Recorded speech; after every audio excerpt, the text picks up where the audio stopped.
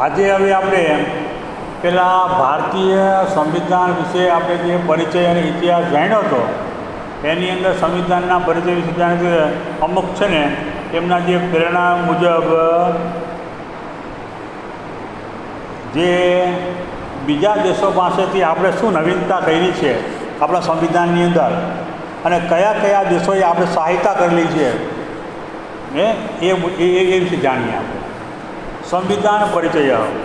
अस्माकं संविधानं नैकेभ्यः देशेभ्यः प्रेरणाम् आदाय विरचितम् अस्ति तद् अत्र दिक्मात्रं निर्दिश्यते.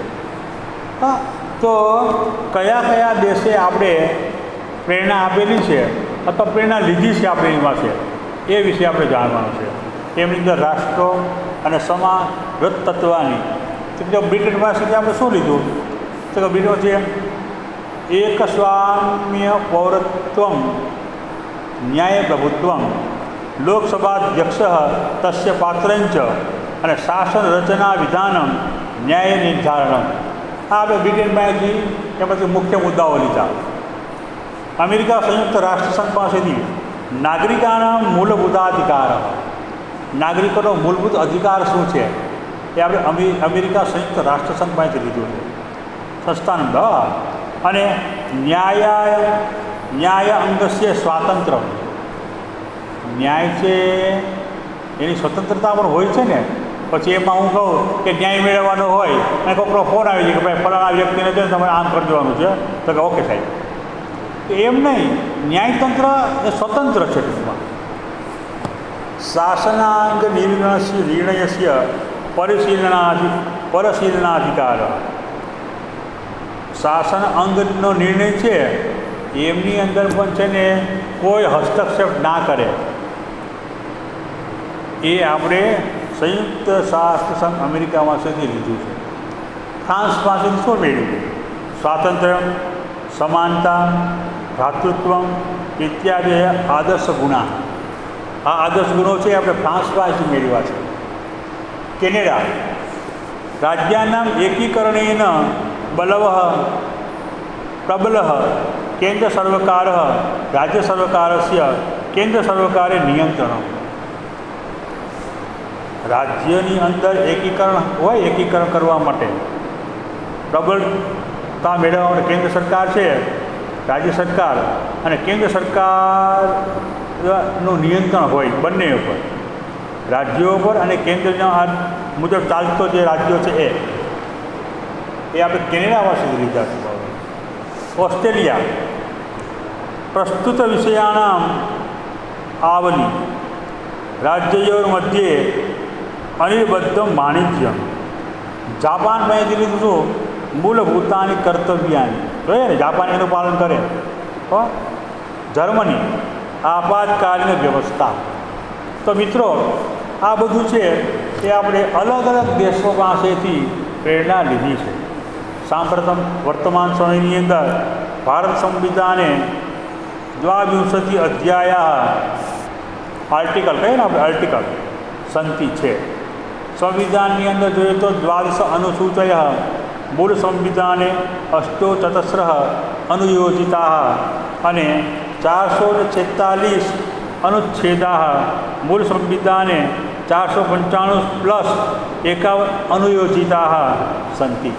આ બધા એના નિયમો છે, કલમો છે, વાપરો એના ચેપ્ટરો છે કે આ મુજબ આપણે પેજ નંબર આટલા પર જે લખેલું છે એ મુજબ આપણે દેશમાં પ્રજા ઉપર આવો અત્યાચાર ન કરી શકીએ. એ તમે ક્યાંક સાંભળ્યું અત્યારે તો બધું હવે બધું ઓપન થઈ ગયું. લોકસભામાં, રાજ્યસભામાં જે કંઈ ઘટના ચાલતી હોય એ તમે લાઈવ જોઈ શકો છો, ટીવીના માધ્યમથી, દૂરદર્શનના માધ્યમથી, ચેનલોના માધ્યમથી. અને આપણા નેતાઓ એ જગ્યાએ શું શું કાર્ય કરે છે અને શું શું વિરોધ કરે છે એ બધું આપણે જોઈ શકીએ છીએ. મિત્રો સત્યમેવ જયતે ઇદમ સંવિધાનસ્ય ધ્યેય સૂત્ર.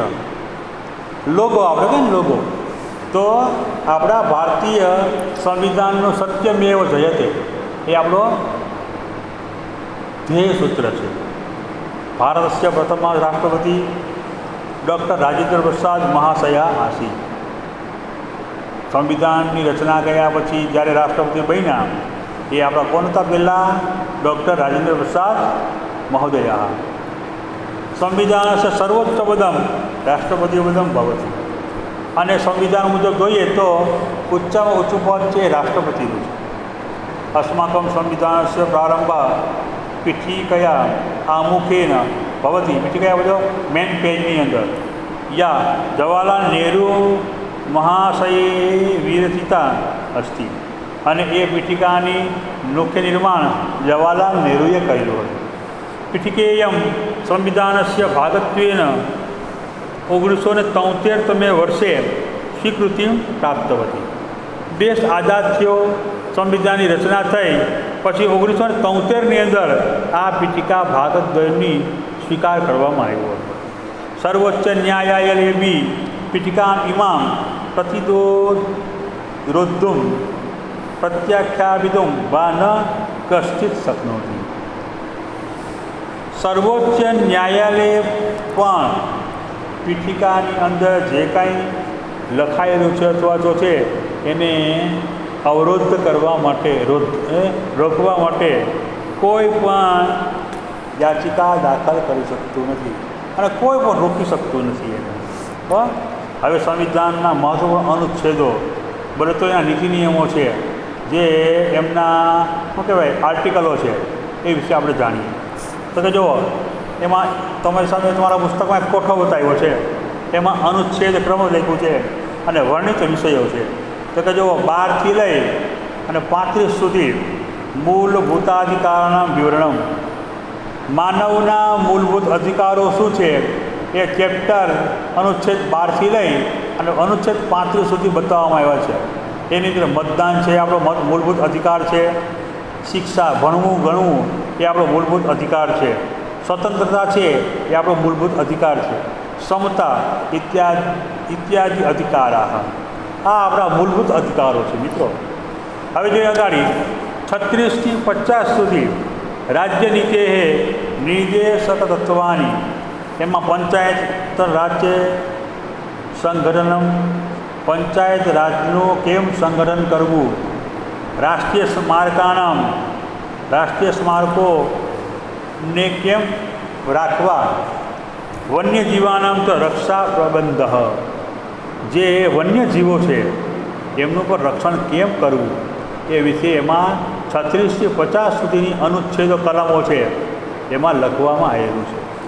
તો એ 51 પ્રત્યેકમ નાગરિકાના મૂળ કર્તવ્યાની. તો મિત્રો અધિકાર આપે તો આપણું કર્તવ્ય આપણે યાદ રાખવું પડે.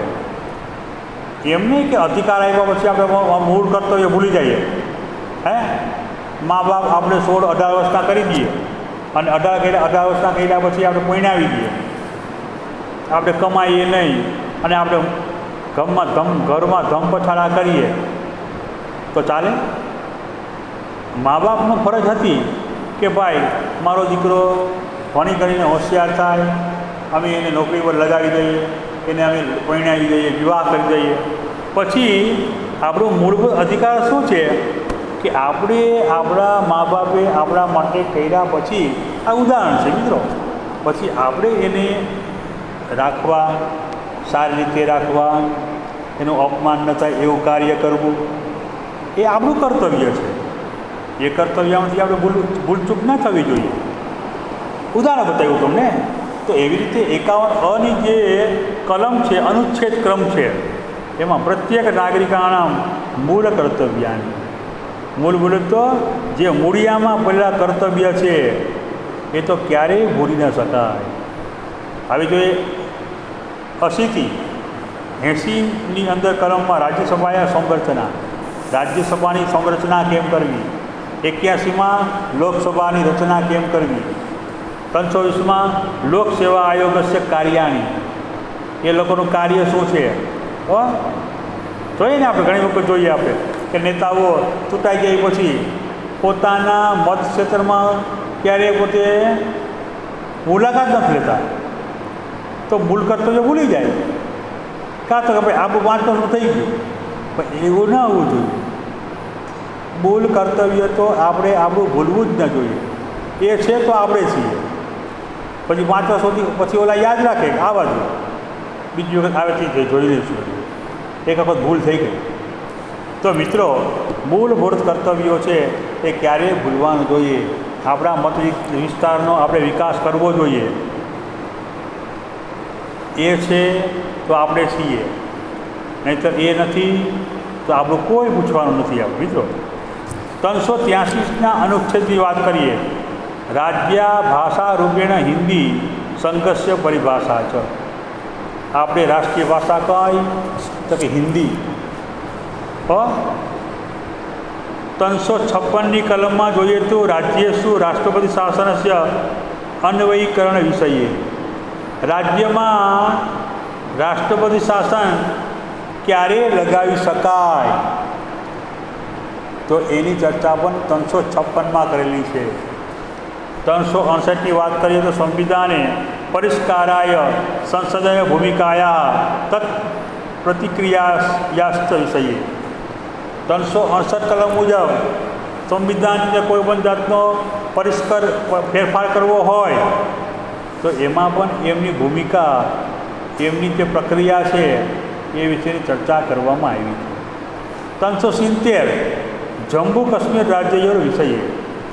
જો વિચાર, જમ્મુ અને કાશ્મીર 370ની કલમ હતી દેશ આઝાદ થયો ત્યારની, પણ હમણાં જોઈએ આપણે વર્તમાન સરકાર જે ઉચિત પગલાં ભરી અને એમાં ફેરફારો કર્યા છે અને જે ત્યાંના નાગરિકો, જે બહારના નાગરિકો, આ બધાને અધિકાર આપેલો છે.